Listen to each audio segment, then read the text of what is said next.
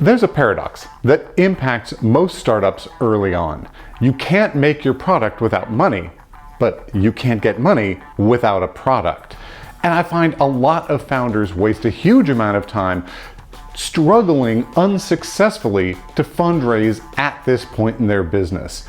There's just got to be some other way around it. So today I want to talk about 3 strategies for cutting through this Gordian knot.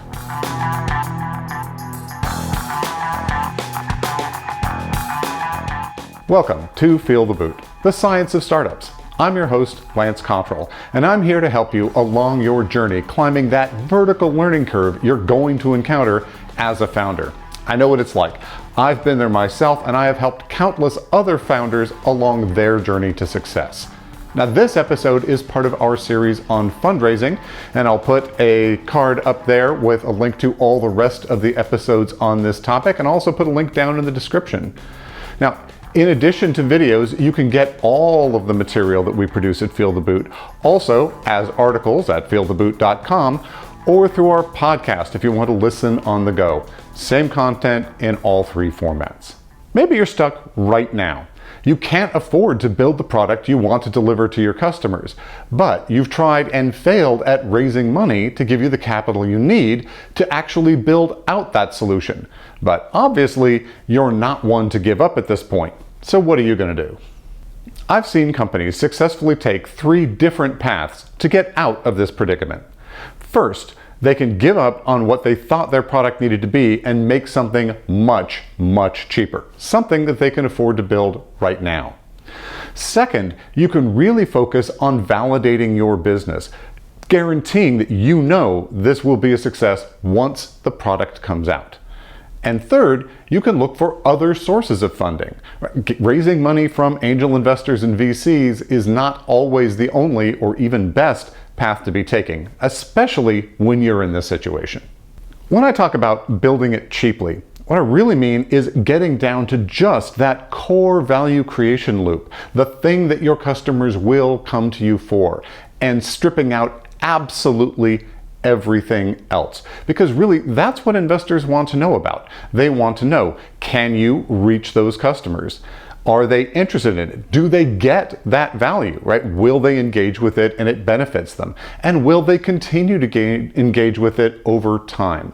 If you can show all of those happening, even with a pretty crappy version of your solution, they are much more likely to be willing to cut you that check so you can go build the thing you really wanted to build in the first place. And there's 2 main ways of getting this done, to building out this super inexpensive solution. The first is to Frankenstein it, and the second is to fake it. Dr. Frankenstein built his monster by assembling parts from numerous other bodies into something that worked but wasn't particularly elegant. That's exactly what I'm suggesting you do. Go out there and use all of those off-the-shelf third-party tools that are widely available and cobble them together to get something that will deliver the solution that you need. There's tons of tools for processing data, creating user input forms, creating simple user interfaces, drag and drop, no-code kinds of solutions. And many tools to allow you to connect them together, like Zapier or If Then Then That or the Microsoft automation tools. You can build surprisingly effective tools just using off-the-shelf components and slapping them together with some duct tape and baling wire. And it may not be beautiful. It may not have the user interface that you wanted. It may have bolts sticking out of its neck at this point. That's fine, as long as it delivers that core benefit to your users so people can get on there, experience it, gain value, and you can prove out and validate that the customers want it, the customers benefit from it, and you can get customers onto that platform. And that's all you need to do to be raising money. The other main approach is to fake it. And this works for most kinds of startups, but not really for deep tech startups where what is going on under the hood is really what the business is about. But most businesses are about something else. They're marketplaces, or they're providing education or some other set of tools. And what really matters is what the user gets out of it, not what happens behind the scenes, right? Your users don't care if this system works because you've got a room full of incredibly well-trained hamsters. It's irrelevant. What they care about is they get this thing that you promised them. So how can you do that without building the back end? Right? If that's the thing that's holding you up, actually building out this application, maybe you can get away without doing it.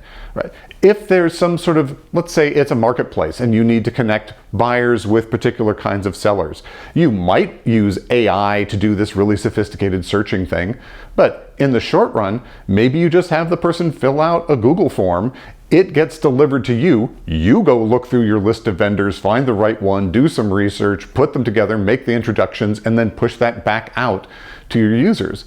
They may have no idea that there was a human doing this behind the scenes. In fact, ideally they don't, right? It looks like it's automated, maybe somewhat slow process. And this can work in the short term because you just don't have that many customers, right? If you only have several hundred customers, you're getting maybe 10, 20 transactions a day, you have plenty of time to do this all manually. And one of the great things about doing it manually is you can immediately start learning. You know exactly how people are using it. What are the edge cases? What kinds of things are they asking for and why? So when you do have the resources to actually build the product, you'll know exactly what to build and what not, because you're now the expert, having done it all by hand. And as an investor, I generally don't care. If the technology you're going to build is fairly generic, there's no technical risk behind building it, you're not trying to invent some unknown kind of system, then I have no interest in how you achieve this. What I care about is what your customers care about. And eventually, of course, to scale, you'll need to build it. But I have no doubt about your ability to build this once you've got the money, because I know that you already have solved the hard problem, which was product market fit. If for some reason building that super cheap version of your product is not possible with the kind of company you have, your second option is to compensate with validation. The reason we wanted to see that MVP and customers using it is it validates your assertion that there are customers that want and will benefit from this solution. Well, if you can't build the solution, you now need to go about that some other way. Usually this involves interviews and surveys. You're probably looking at doing at least dozens of in-depth interviews with potential customers and maybe hundreds of survey responses if you can get them in a B2B context. In a B2C context, I want to see probably thousands of survey results to get real statistical significance around the questions you're asking. All of this is going to be a lot of work. You're going to spend a lot of time working on creating all of this data that investors are going to want to see. So be ready for that. The upside is it's cheap. What you're spending largely is your time to get all of this information. But when you have time and not money, this can be a good trade-off. When you're interviewing customers, in addition to understanding would they want to have a solution like this, really dig into the nature of their problem. What is driving them to desire a solution like this? What barriers might exist to buying it? Are there concerns? Have they been burned by similar products? Are they worried about security or efficacy or this being something that's annoying? What are the reasons they might resist buying? Also, where does this fall in their priority stack? Even if this was something that they wanted and there were no barriers to buying it, would they? Right? We all have 1,000 things on our to-do list and different products and solutions and capabilities that we'd love to be buying. Is this the next one someone would go out and buy? Or is this something that's like, that's a nice to have, I'd love to have that, but in the meantime, I've got this huge burning issue over there, I'm gonna go solve that and the other 3 burning issues, and then once my whole life is stable and happy, I'll go look at your product. And that almost never happens, right? So you wanna make sure that the thing you're solving is a big enough issue that's the next thing they're going to want to go after as soon as that possibility exists. Investors are going to want to see some evidence of this customer interest beyond your surveys.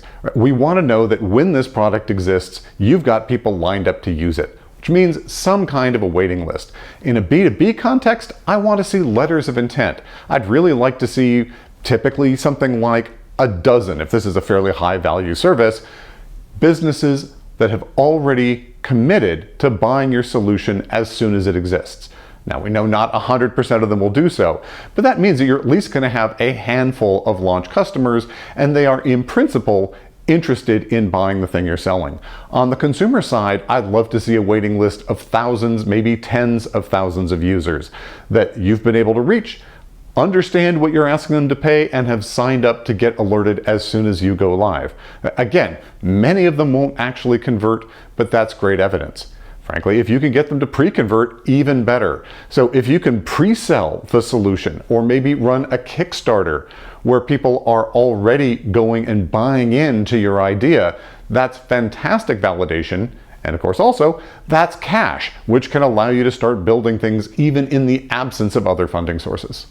You also need to be validating your costs inside this business, right? What does it cost to bring in your customers? You need to really know and have tested what your customer acquisition costs are, because your CAC is typically one of those most expensive price points in your business model. So you may need to spend couple $100 on ads in the venues where you think you will be advertising to measure, do you get response to the kind of verbiage you're using? Do people resonate with the value proposition you're making? Will they go to that landing page? Will they click the buy button, which of course isn't going to work because you don't have a product yet.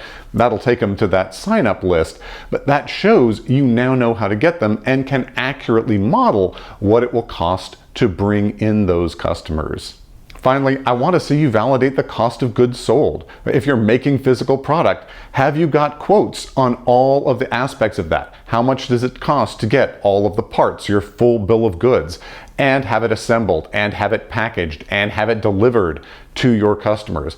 Is there any sort of maintenance tail on this, and how much is that going to cost you? Even if you've got a software-based model, you need to be getting your head wrapped around how many people does it take to build it? How many people do you need to keep on staff to maintain it, to create the new features and capabilities, to keep up with changes to operating systems and the technological context in which you're running?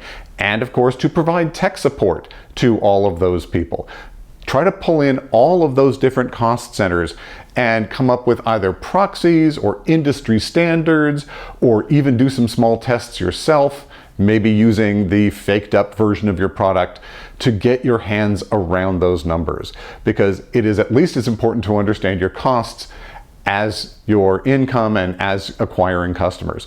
Now, you need to be looking at this at scale. So get quotes for what it costs to build 10,000 of your thing rather than 10. I mean, you also need 10 because that's where you're going to start. But we know as investors that you're probably not cash flow positive or economically viable when you're first starting. But we need to know that this does make sense once you hit some reasonable level of scale. Before we move on to talking about alternative forms of funding, I want to ask you for a favor. And if you've watched much YouTube, you probably know what it is. I'd really appreciate it if you would like this episode, subscribe to the channel, and ring that bell for notifications. It makes sure that you get notified about every episode I make and other similar kinds of content, and it makes a big difference to the channel. I really appreciate it. However, of course, those YouTube notifications are not in fact all that effective. So if you actually want to know every time new content is coming out, subscribe to our newsletter. It's called Bootprints over at feeltheboot.com. In addition to getting alerted to every time we release new episodes, it gives you access to my free office hours. So there'll be a link in there so you can get on my calendar. We do meetings one-on-one with all of the people who are interested. I can help you on almost any topic related to your startup. That's free, but we also offered pay advising if you need to be scheduled sooner, because the calendar does tend to fill up, or you want larger blocks of time. I also provide ongoing advising for select number of companies, but I can only be a formal advisor to a handful. So typically I like to get to know you before we jump into that phase. Raising money from angels or VCs when you don't have that product is insanely difficult. So why do so many founders keep banging their heads against that brick wall when there are many other sources of funding available, most of which pre-MVP are easier to get and are usually non-dilutive. You can raise funds with equity investments from people other than angels and VCs. Angels and VCs are investing for profit. We are professional investors. We are looking for a return. But you may have friends and family that are willing to invest in you that are less attached to that return at the end of the day. They're going to support you because they want to support you. And this can be a way of raising enough money to build out your solution. These people are typically going to be writing much smaller checks. They're not going to be writing $25,000 to $100,000. For most people, it's probably a few $1,000, maybe $10,000. If you're lucky and you've got rich relatives or friends, then they may be able to fund more than that. But it often doesn't take much more than that to build out the MVP version of your product. So they will be willing to jump in at a phase in your company way before anyone else would. Now, be really straightforward with these people, right? The odds are they're going to lose their money. It's the unfortunate reality of startup world. So you don't want them investing money they can't afford to lose. You don't want to have really awkward Thanksgivings for the next 20 years because they feel like you screwed them over. Make sure they understand what they're getting into when you're talking to inexperienced angel investors, those friends and family who have not been in this world before. And in fact, I'll put up a link. I did an entire video that you can just send to friends and family that explains exactly what these kind of investments are about and make sure that they're going into this with their eyes open. Another straightforward option is debt.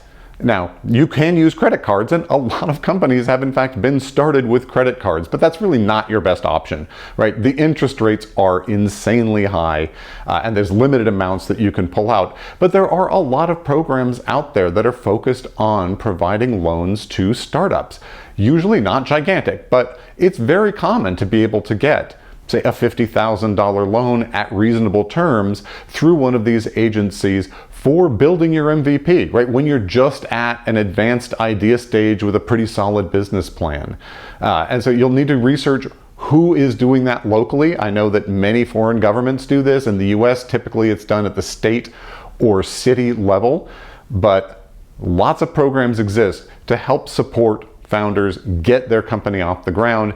And that $50,000 is usually all you need to get the wheel going, to get that MVP, start getting validation, and then, if you want to, go out and raise that conventional equity. Often, there are grants available to your startup. Typically, these come from government entities, but not always, and they'll pay you for some aspect of building your business, usually because they're trying to support the entrepreneurial ecosystem in the area.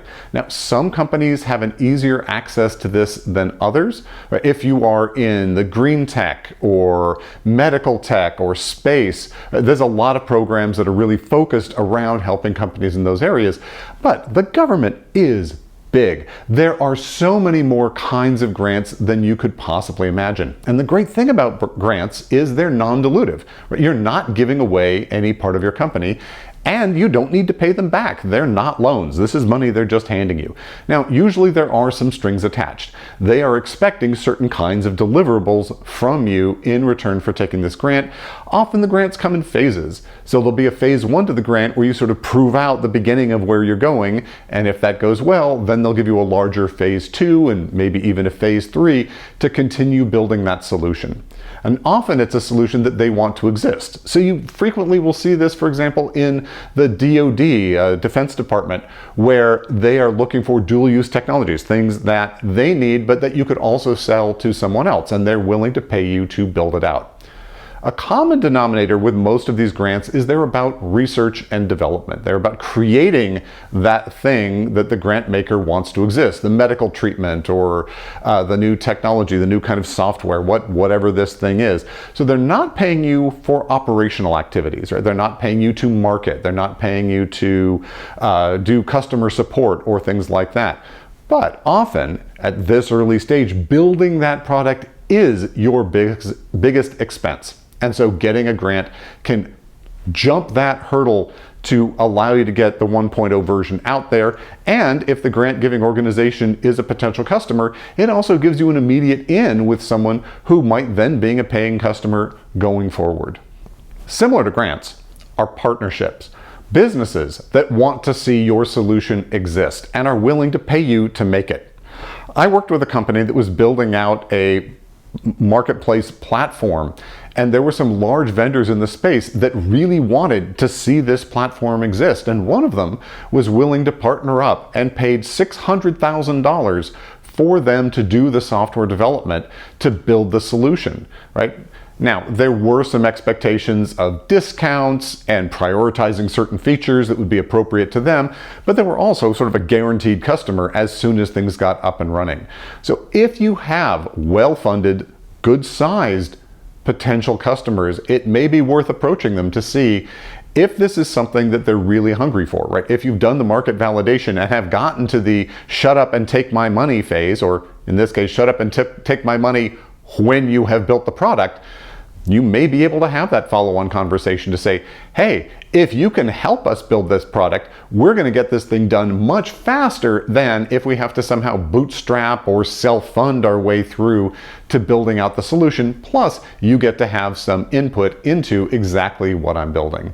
And again, almost always, these are non-dilutive investments. Most of these businesses are not in the business of investing in startups. They don't want to have stock. It's just sort of this messy thing that doesn't fit with their accounting and their business models.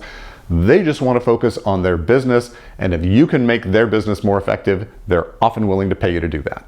Finally, you may be able to bootstrap your business. If there's something that you can sell quickly, maybe it's that super cheap little subversion.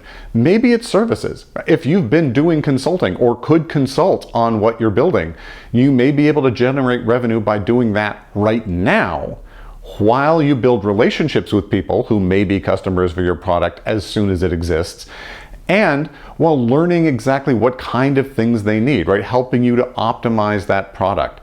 And so as soon as you can, get out, start generating revenue with whatever you can put out there. Sweat, equity, minimum viable product, something bolted together, whatever that may be. Generate a little bit of cash, and then plow that back into the business to allow you to then build that out a little bit more, bring in some additional resources. Eventually you can hire someone.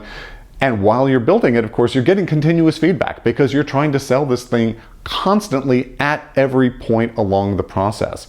And so you can avoid lots of pitfalls. It's always being informed by customer needs. And at some point then, you have a viable revenue stream coming in from this that you've slowly built up over time. And you're now in the command seat to decide, do you want to raise equity ever? You may decide not. This may be a great business growing well and you don't need funding. You may decide that you've now got product market fit, but a bunch of cash would allow you to accelerate, go to the moon. The great thing about that scenario is if you've bootstrapped to this point, you have a really compelling case to make to investors and you can probably command a much higher valuation than you would otherwise. So if you have the option to bootstrap, this can be an extremely effective way to get where you're going. It does tend to be a slow way of getting there.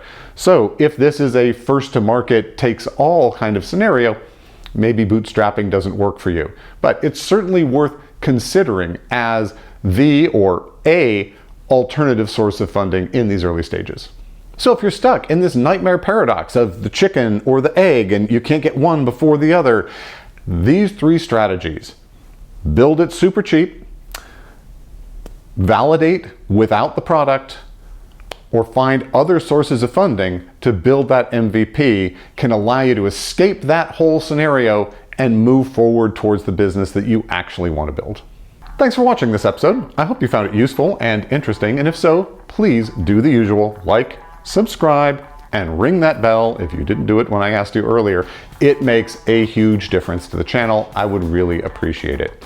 Also, I strongly encourage you to go over to Feel the Boot, subscribe to Bootprints. It's an extremely low volume newsletter and we never sell any of your information. My whole background was in privacy. I'm pretty passionate about that.